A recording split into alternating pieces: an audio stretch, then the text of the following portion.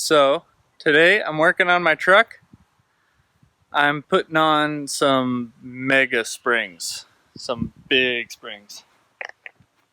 So that's what's there. There's about 5 springs, and these guys got about 7 springs. They are heavy. I'll show you why I'm changing them. It's because this spring is missing half a spring here, as well as one's broken, so that means 2 are broken there, and one's broken on the other side and missing. So this we just finished installing. I didn't clean up and paint the bracket, but perhaps when I get a car lift I will on the farm. And yeah, it's all bolted in there, not tightened yet, because these last 2 bolts that connected on either end, you tighten them once there's enough, once all the pressure of the truck is on the wheel.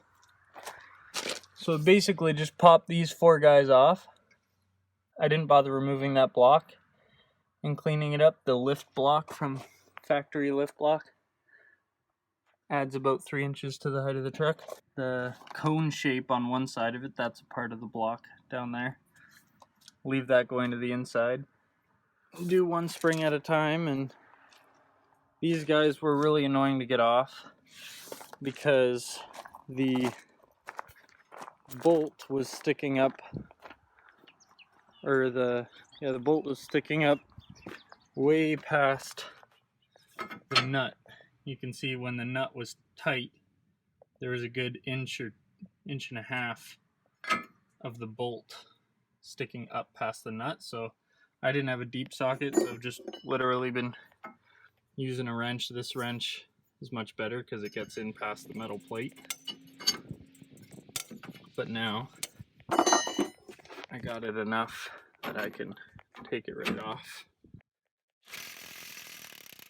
And there she is. So I just got to remember which side goes to the inside of the truck. So I'll probably just mark it up. Now I know what goes to the outside. So that's pretty rusty right there. I don't have a new bracket in here. I probably should have got one with the spring, but so I'm not going to bother trying to take this nut off. I tried to take it off on the other side and stripped it, which normally you just grind it off at that point, but because I didn't have a new one, because I didn't buy a bracket, I didn't bother doing that, because so I just tried to take this nut off, but you can see it hits the wall. So I ended up hammering it out a bit on this side, and so it's sticking out that side, and then cut it off with the grinder because I have new bolts. That side's nice, the bolt slides out this way, so I could reuse it, but I'm not gonna, because why would I? I ordered new U-bolts with the springs, but they were shorter than these ones for some reason. I thought I measured them, but must have not measured it right. And so I'm gonna reuse these ones. They're still in good shape, still reusable, and they stick up just enough to get a little bit of the thread just sticking up a little bit past, which is perfect because then I can tighten it with the torque wrench. Hook the tractor up to the truck with the winch.